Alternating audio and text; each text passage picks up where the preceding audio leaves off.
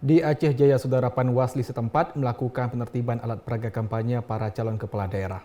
Penertiban dilakukan terhadap APK yang terpasang di lokasi terlarang. Alat peraga kampanye kepala daerah baik gubernur, wakil gubernur, dan bupati wakil bupati Aceh Jaya ditertibkan petugas gabungan. Penertiban alat peraga kampanye di daerah ini karena dipasang pada lokasi yang dilarang. APK yang ditertibkan oleh petugas gabungan berupa baliho, banner, dan poster yang menempel dan diikat di pohon, tiang listrik, rambu-rambu jalan dan jembatan, serta di tempat umum lainnya yang mengganggu ketertiban umum. Penertiban dilakukan setelah adanya sosialisasi dengan pihak tim paslon terkait akan dilakukan penertiban bagi APK yang terpasang pada lokasi yang dilarang.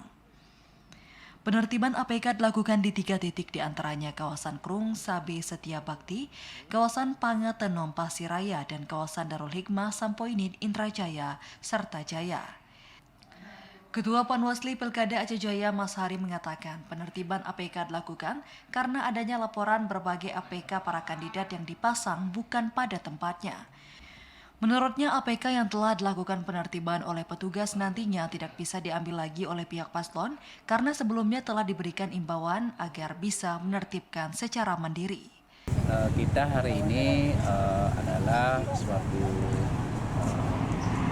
rangkaian penertiban alat peraga kampanye di pertengahan masa kampanye. Jadi ada alat peraga yang memang melanggar, dengan aturan kita tertibkan. Pemasangan pertama di tempat kesehatan, layanan kesehatan, rumah sakit, tempat ibadah, atau di tempat pendidikan. Kemudian ada yang melanggar pemasangan di pohon ataupun di tiang-tiang listrik, tiang telkom. Dengan dilakukan penertiban ini, Panwasli Aceh Jaya berharap para paslon maupun tim sukses ke depan tidak lagi memasang APK pada lokasi yang terlarang serta tetap menjaga ketertiban umum.